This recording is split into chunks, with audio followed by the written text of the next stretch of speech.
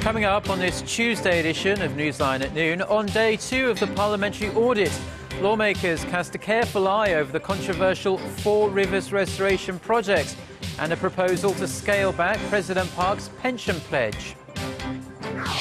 US Congress is inching closer towards a deal to avert a potentially disastrous debt default and reopen shuttered government agencies, with Senate leaders reporting progress in their negotiations.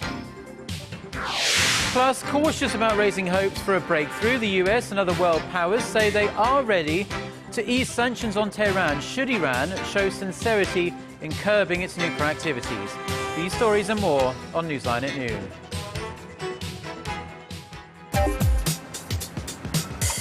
Where's the best place for bibimbap? Les Jeux Olympiques d'hiver se dérouleront-ils à Pyeongchang? هل أنتم حقاً سابع أكبر مصدر في العالم؟ この歌手は誰ですか？你好，最近哪部电视剧的人气最旺？ Korea is attracting interest from around the world. The more you know, the more you want to know. Dynamic Korea.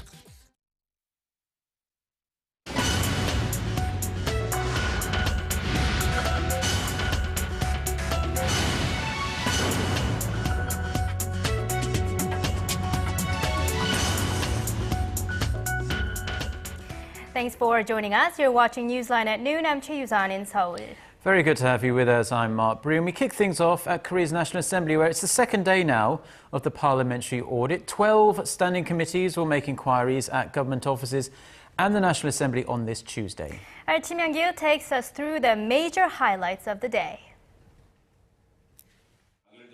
In the run-up to the audit, both ruling and opposition party lawmakers have vowed to do their best to conduct a thorough and fair audit in a cordial manner. Monday might have tested their resolve, but Tuesday's schedule could push their best intentions to the limit as a number of politically sensitive issues are up for discussion.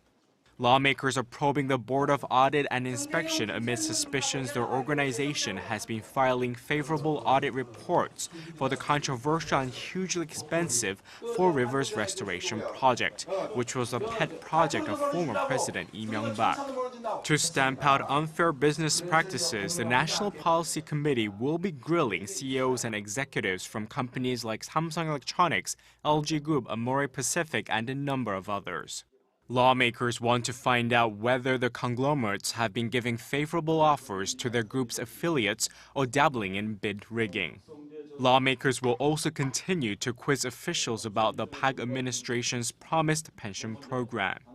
All senior citizens aged 65 or above were to receive a monthly allowance of $187, but the plan was scaled back to providing a monthly allowance of between $94 to $187 to only the poorest 70%. The Foreign Affairs and Unification Standing Committee is also questioning Unification Minister Ryu Gil-jae Tuesday on the administration's North Korea policies. Kim Young-gil, Arirang News.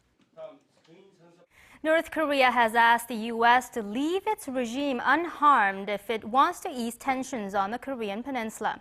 The remark was made by the North Korean ambassador to the UN on Monday. Hwang Sang-hee has the details. Speaking at the United Nations Disarmament and Security First Committee on Monday, North Korean ambassador to the UN Shin Sun-ho called on the United States to ensure that the North Korean regime will be left unharmed. If the United States is truly in favor of easing tension and lasting peace on the Korean peninsula, it should show by abandoning its hostile policy towards the DPRK and should move toward a peaceful coexistence with us. The North Korean official also stressed the need for the current Korean War armistice agreement to be shifted to a peace treaty. We advanced various peace initiatives, including the one proposed in January 2010 on speedy opening of talks on replacing the ceasefire agreement with peace agreement. Shin reiterated Pyongyang's basic stance that the issue of denuclearizing the North must be resolved in a peaceful manner through dialogue and negotiations with no preconditions. Experts say that the remarks could be another sign that the North will continue to develop its nuclear program if Washington fails to ensure the maintenance of its regime. The focus is now on what the U.S. will say to North Korea's latest request. Hwang Sang-hee, Arirang News. North Korea has told South Korea that it's inappropriate to invite foreign investors to the Inter-Korean Kaesong Industrial Complex for now. South Korean Unification Minister Ryu Gil-jae told lawmakers on Tuesday that Pyongyang notified Seoul of its position earlier this morning, saying the roadshow for foreigners is inappropriate. This comes a day after Seoul indefinitely postponed an investor relations event aimed at attracting foreign investors to set up factories at the joint business park, which was planned for the end of this month. A Unification Ministry official explained that the event was put on hold as various issues at the factory zone remain unresolved, ranging from customs inspections to mobile and internet connections. High-level officials from all members of the six-party talks, with the exception of North Korea, are due in the South Korean capital this week for the Seoul Conference on Cyberspace 2013. South Korea's foreign ministry said Tuesday that representatives of the 5 countries, mostly vice ministers of foreign or IT-related ministries, will meet away from the conference venue this week to discuss mutual collaboration and measures on less sensitive IT and cyberspace issues. Seoul wants to establish multilateral conversation channels in various areas for peace and security in Northeast Asia. The Seoul Conference on Cyberspace 2013 kicks off on Thursday at the COEX Convention Center in southern Seoul. The Korean government pumps over $3 billion a year into industrial research and development, but the returns on its investment are diminishing. Paul Lee has more on how these government-funded projects are all out of ideas, or even worse, just black holes for public money. The Korean government has been pumping vast amounts of money into industry-related research and development. However, not every project is a success story. This research into semiconductor production cost $4.7 million over 3 years, but ended in commercial failure due to the rising price of raw materials. Another company spent some $5.9 million of government funds on developing lightweight aluminum car parts without any results. In order to stay at the forefront of technological innovation, Korea's Ministry of Industry and Trade has been steadily increasing its budget to fund various R&D programs, with nearly $3.1 billion spent just last year. It's a healthy spending figure, but according to data from the ministry and a National Assembly lawmaker, the results aren't adding up. The number of government-funded R&D projects that have yielded commercially viable innovations has been declining. Of the more than 6,100 cases from 2009 through last year, only 4% were deemed successful.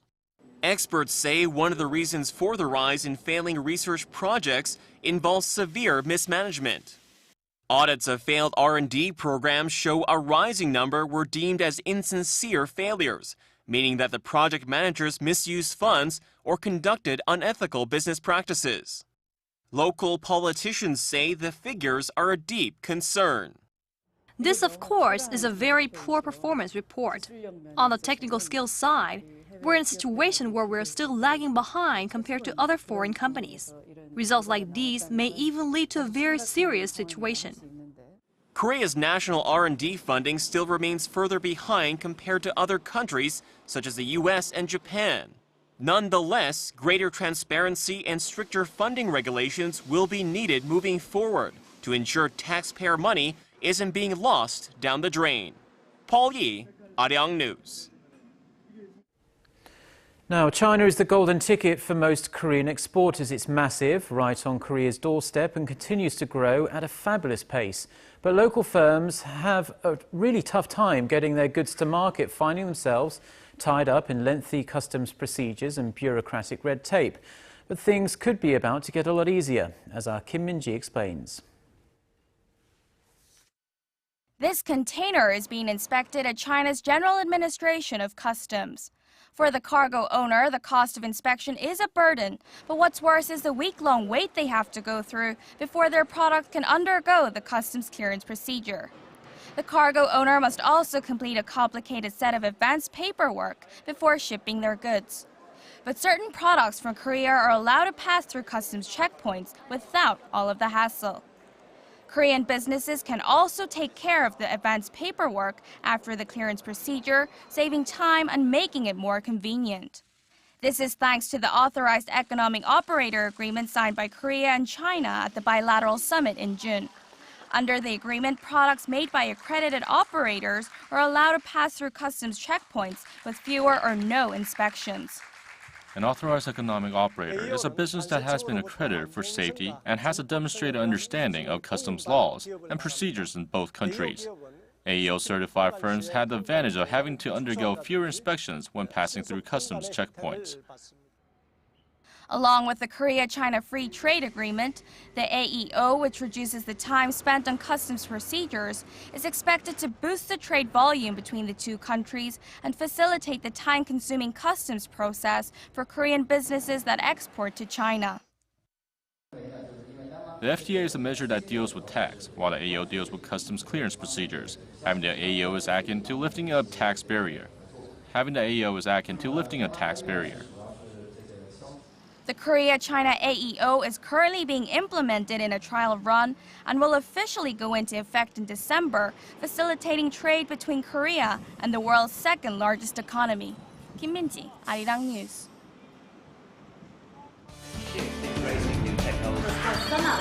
For your fill of Korean and international news.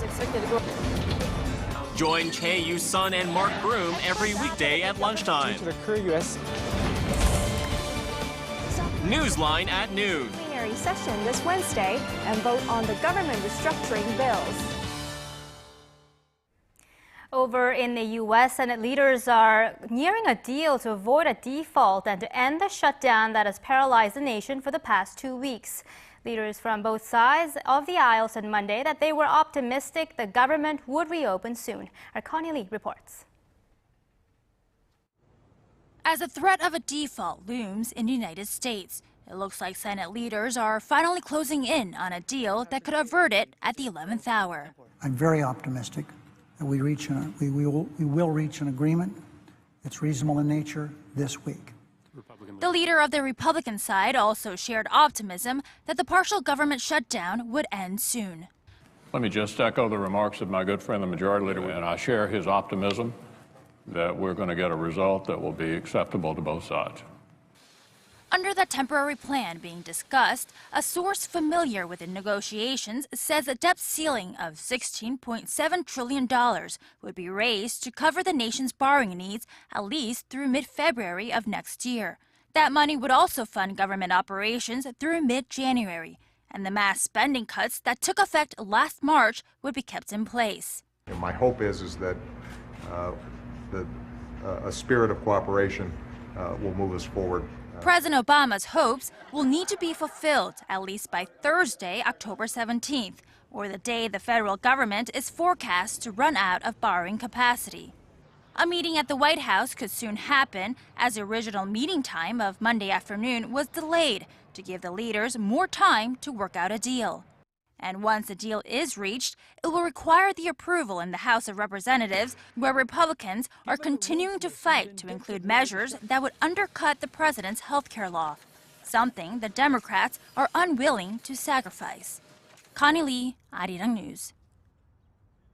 Iran is promising a new proposal to break the deadlock at this week's international talks on its nuclear programs in Geneva. But given Iran's previous stance and recent statements by a high-ranking Iranian official, a final deal seems unlikely. Our Sun Jung-in reports. Iran has long insisted that it does not want nuclear weapons and that its nuclear program is entirely peaceful, a stance that has long been viewed with skepticism by Western nations. But Iranian nuclear negotiators say the country is ready to meet some international demands to reduce its nuclear activities and build trust. They say Iran is bringing a new proposal that it says will meet both goals to a meeting with 6 world powers, the United States, Russia, China, France, Britain, and Germany on Iran's nuclear program in Geneva on Tuesday and Wednesday. If the Iranians succeed in building trust at the meeting, it would reduce the threat of war between Iran and Israel and possibly the United States. Analysts say, however, that with a lot of conflicting demands on the table, no final deal is expected to be reached at the two-day session. Iranian officials have suggested that the country's nearly 200 kilograms of 20% enriched uranium, which is close to the amount needed for a single nuclear weapon, could be diluted or used to make relatively harmless fuel cells for a research reactor in Tehran. However, the six powers want more from Iran. They are demanding that Iran ship out not only its store of 20% uranium, but also most of the tons of low-enriched uranium it has produced. Deputy Foreign Minister Abbas Araghchi, a senior member of Iran's negotiating team, was quoted by Iranian state television Sunday as saying Tehran was ready to discuss its enrichment program, but would never ship enriched materials abroad. He said the country needs the materials, dismissing a proposal raised by the West that some of its nuclear material be sent abroad for reprocessing. Iran's goal is to get the West to accept what its officials say are facts on the ground and agree that Iran can go on enriching uranium. Meanwhile, Israeli Prime Minister Benjamin Netanyahu told his parliament Monday that the international community must maintain firm pressure on Iran until it stops enriching uranium. 손정인, Arirang News. The key suspect in the 1998 bombings of two U.S. embassies in East Africa has been brought to the U.S. to face federal terrorism charges. Nazi al-Rageh, better known as Abu Anas al-Libi, is a suspect in the 1998 bombings of the U.S. embassies in Kenya and Tanzania that killed more than 200 people.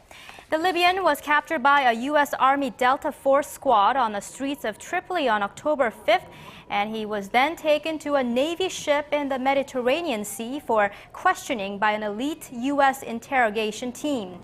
The alleged senior al-Qaeda figure was handed over to authorities in the United States over the weekend. He is scheduled to appear before a judicial officer in New York on Tuesday.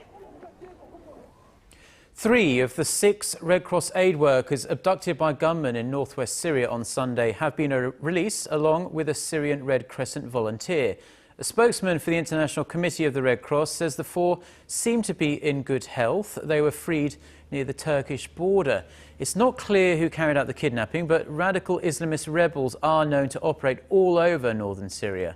The organisation says it's working with a number of people in the area to ensure the 3 Red Cross workers still being held are released as soon as possible. Now, one of Somalia's most notorious pirate leaders has been captured in Belgium. Belgian police say they arrested Mohamed Abdi Hassan, known as Big Mouth, on Monday after an undercover sting.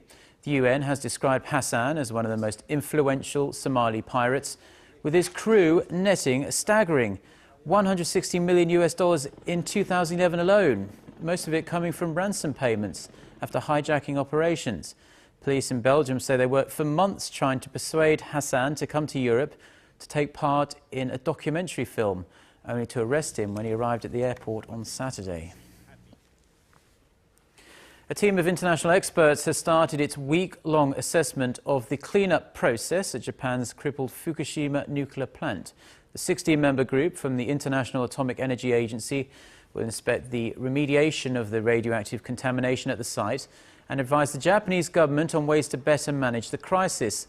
A report based on their study will also be released.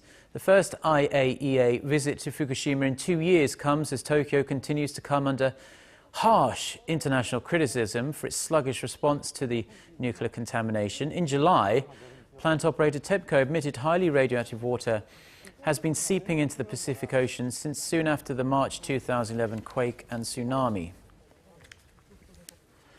Prominent leaders from the energy sector have gathered in Central Korea for the 22nd World Energy Congress to discuss the most pressing energy issues facing the world. Our Yulian reports from Daegu. Over 5,000 delegates from more than 100 countries came together at the World Energy Congress 2013. The World Energy Council, which hosts a triennial event, said today's major energy issues represents an energy trilemma and include a depletion of natural resources, environmental pollution, and climate change. The delegates called for a shift toward cleaner, renewable energy and a shift away from those that emit carbon dioxide.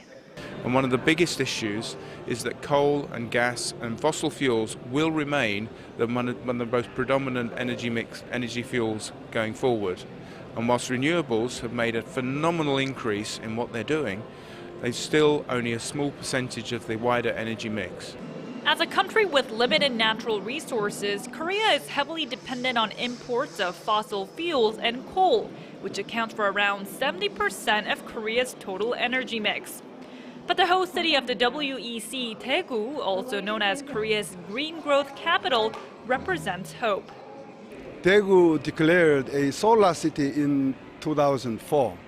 And on the occasion of this 22nd World Energy Congress, Daegu has a very ambitious plan and target to make the renewable energy portion as high as 23% by 2022. At 6%, Daegu currently has the highest renewable energy proportion of any Korean city. It also houses the country's first solar power plant, which generates 200 kilowatts of electricity, and a pioneering R&D facility for recharging hydrogen fuel cell automobiles. But Daegu isn't alone in its green energy push. The Korean government's new energy draft announced on Sunday calls for reduced reliance on nuclear power by nearly half to as low as 22% by 2035, and an increased dependence on renewable energy from 5 to 15%. As global leaders discuss ways to create a more environmentally friendly and cost-efficient energy system, Korea too is taking its own steps to tap into the future of energy. Yuri-an, Arirang News, Daegu.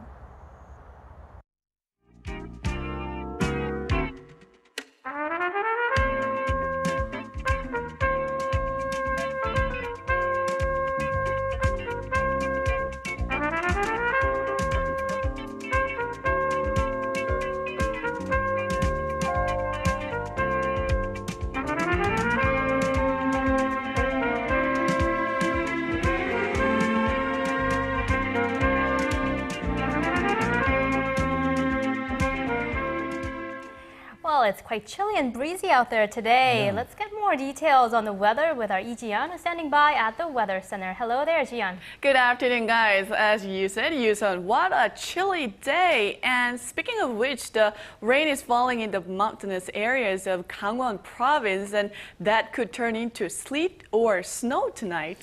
Wow, so we might have some early snow. And the mountainous area of Gangwon province, that's where Mount Sorak is, or Sorak-san as we call it in Korea. And if our viewers don't know, that's actually one of the most popular mountains for hikers here. Right, and if it does snow, it will be 15 days earlier than last year. And don't you think that would be a spectacular view with the fall foliage and the snow together? Well, the air outside right now doesn't feel too different from this morning. The sun keeps hiding behind the clouds, which makes it feel quite chillier than actual numbers. And that's due to a cold front from the north and the autumn rain. Outside of Gangwon province, the rest of the nation will have some light rain in the afternoon. In fact, it's drizzling right now here in Seoul, so before heading out, have some umbrella handy and make sure to dress warm. Well, all the rain should all go away by the evening, and tomorrow will be sunny and cool. The afternoon highs will be cooler down south, but the Seoul and surrounding areas will have slightly warmer afternoon compared to today. But the central region will wake up to single-digit temperature tomorrow morning with a low of 8 degrees Celsius, and we'll have a single-digit morning lows until Saturday, so we'll need to keep a jacket close for a while. With that, it's time to take a look at the readings for today. The high this afternoon in Seoul will only get up to 15 degrees Celsius, which is 59 degrees in Fahrenheit, and Daegu will get up to 19, while Gwangju and Busan should top out at 21 and 23 respectively. Now let's see how other regions are looking. It looks like Jeju will rise to 22, 22, while Daejeon and Dokdo should have the similar afternoon highs of 18 and 14. Now that's all for Korea, and here's the global forecast for viewers around the world.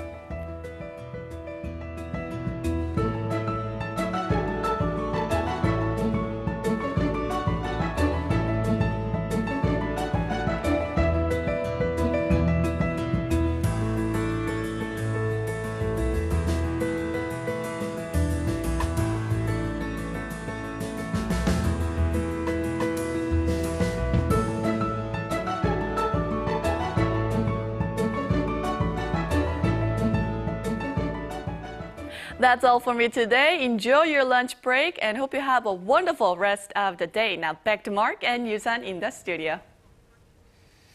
Thank you very much, Jiyeon. And that's pretty much all from us for now. But you can always catch up and check out some of our news video on our website, which can be found at arirang.co.kr/news. And do stay with Arirang TV for more on the day's headlines.